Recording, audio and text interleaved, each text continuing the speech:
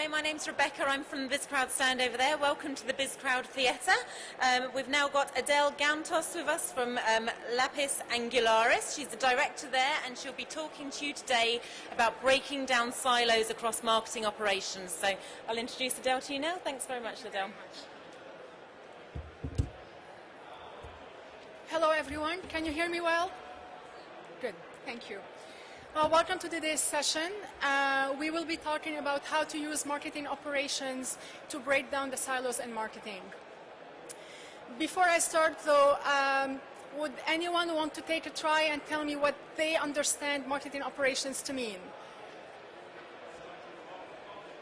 Okay. Anyone else?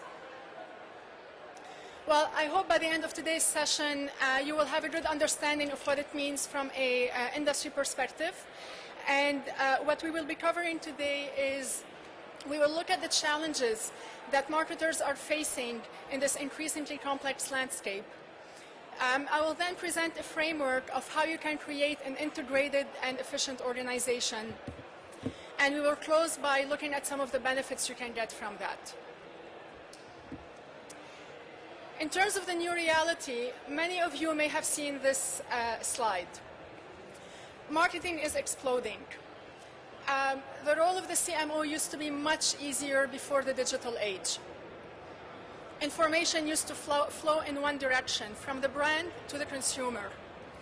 And when it came time to look at assessing marketing performance, CMOs used to look at one key metric, and that is impressions. How many people could see the ad, hear it, or read it. With digital, though, information is flowing in many directions. Consumer touchpoints have exploded exponentially. There are so many forums online that you can find them at. And there are so many devices that they use to access content. The most important change, though, is how consumers have now become empowered to create their own content and share it with their own networks. While it is important to still create awareness about a brand, the marketer's job is now tougher because they have to find those advocates who will talk positively about the brand within their networks and spread good messages about a product or a service. In parallel to that, customer-facing changes, there are many changes facing marketers internally. With the rise of digital channels, there are so many tools and platforms that could be used to reach the customer. And these are tools that are available both to the brand and through their agencies. These tools and platforms have different ways of measuring customer interaction and of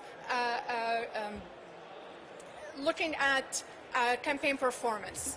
This is creating humongous amounts of data that is very difficult to dig deep into and get insights from. And that's why you have a rise in the number of agencies that are involved in the marketing delivery process. There are so many specialized agencies today that the number of stakeholders internally and externally within the organization has also expanded. A few years ago, you wouldn't have anybody from IT coming in and tell you how to do your marketing. You wouldn't have anybody from security or policy or legal coming in and tell you how often you can reach out to a consumer. So that the explosion in digital and the different ways to reach the consumer has created that environment. And the impact on the organization is that it's much more difficult now to understand and to identify those frameworks for internal and external stakeholders to interface and operate together. So how do you work with your social media agency? How do you work with your email marketing agency?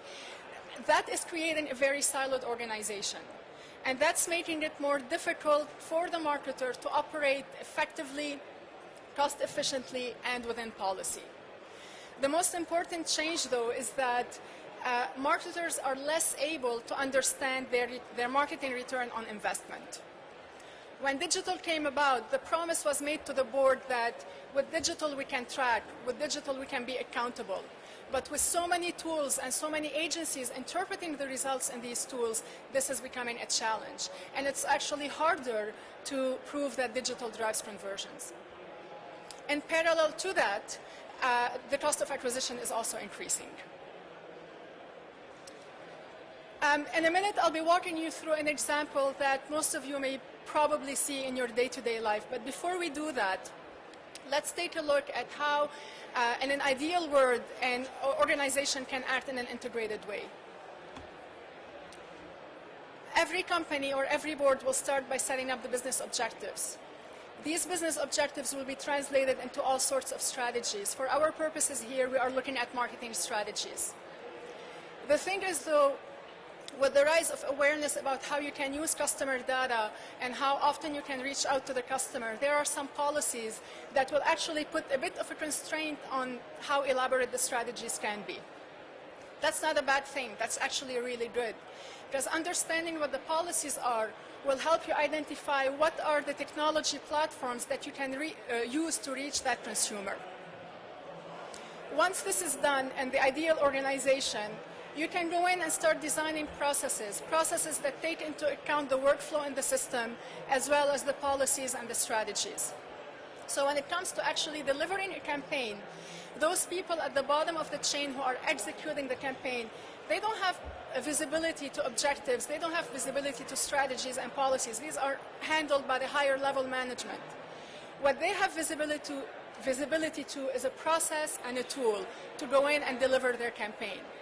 That's why it's really key to have clarity on what are your objectives, what are your strategies, and bake those requirements into the design of a process and the tools that you decide to use.